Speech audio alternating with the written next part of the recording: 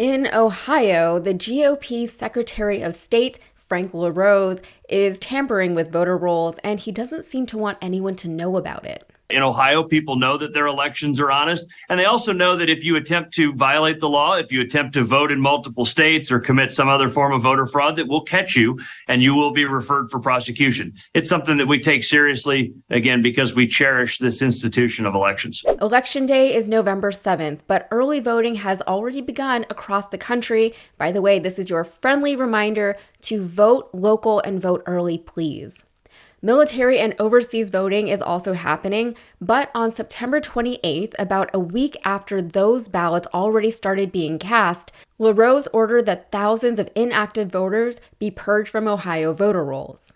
According to reports, he gave almost no advance notice for the purge, and when he was called out by a Democratic colleague, he said it's his job to maintain an updated and accurate voter list. Which is fine, except back in August, he waited until after a special election to do the same thing, rather than during an election. Also, he chose not to tell voters what he was up to this time. And maybe it has something to do with the fact that back in August, that special election didn't go well for him. Ohio Secretary of State Frank LaRose joins us right now. Frank, good morning to you. Hey, good morning, Steve. Okay, so your initiative would make it harder to change the state constitution. Right now, simple majority, 50% plus, but you wanted it 60%. That failed. What's Ohio telling you? Well, I tell you what, 1.3 million Ohioans stood with us in another free and fair election. We released the results on election night. That's this thing we do in Ohio. Other states should check out. Proud to say that as Ohio's chief elections officer. But you're right, the other side prevailed. This is just one battle in a much larger war, though. You might recall that in August of this year, thanks to record voter turnout, Ohio voters rejected a GOP bill that was proposed by LaRose himself that would have made it much more difficult for voter-led initiatives for state constitutional amendments to be proposed and approved. They held the election in an off year, presumably because people tend to be less politically engaged in off years, and they did it explicitly in an effort to block quote-unquote far-left ballot proposals. The far-left issues that the GOP was unapologetically trying to prevent voters from voting on included things like abortion access, redistricting, and minimum wage.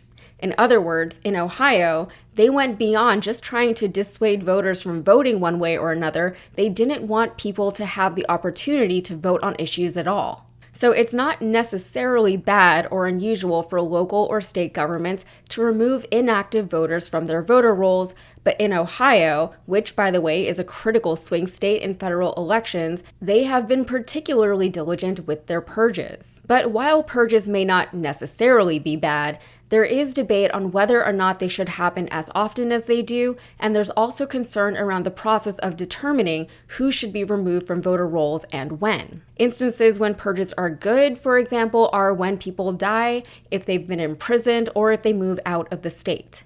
But what a lot of states do, specifically Ohio, is they purge voters who just haven't voted in a while, as if it's a use it or lose it privilege. It's not, though. It's a constitutional right to vote, but also to not vote.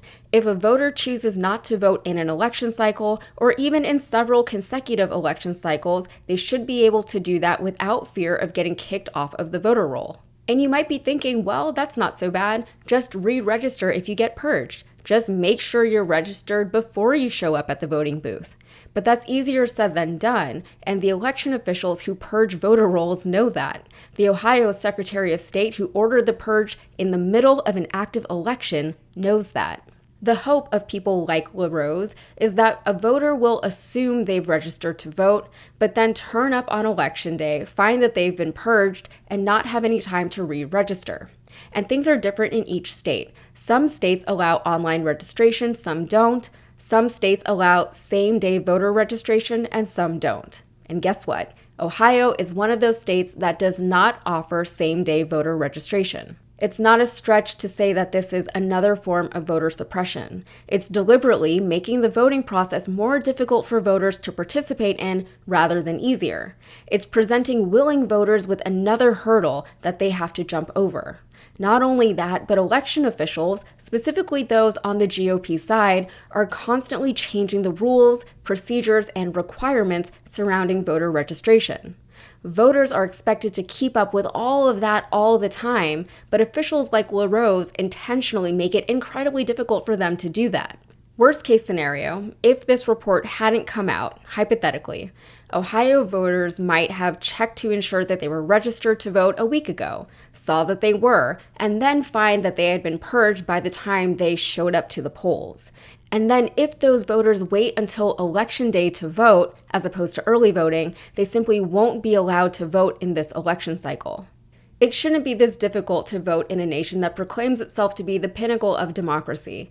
LaRose, by the way, is running for Senate in 2024, and he's after Trump's endorsement. Trump is after those Ohio swing voters in his own 2024 presidential bid, so in a way, this affects all of us. We can only hope that Ohio voters stay as informed and aware as possible between now and next year.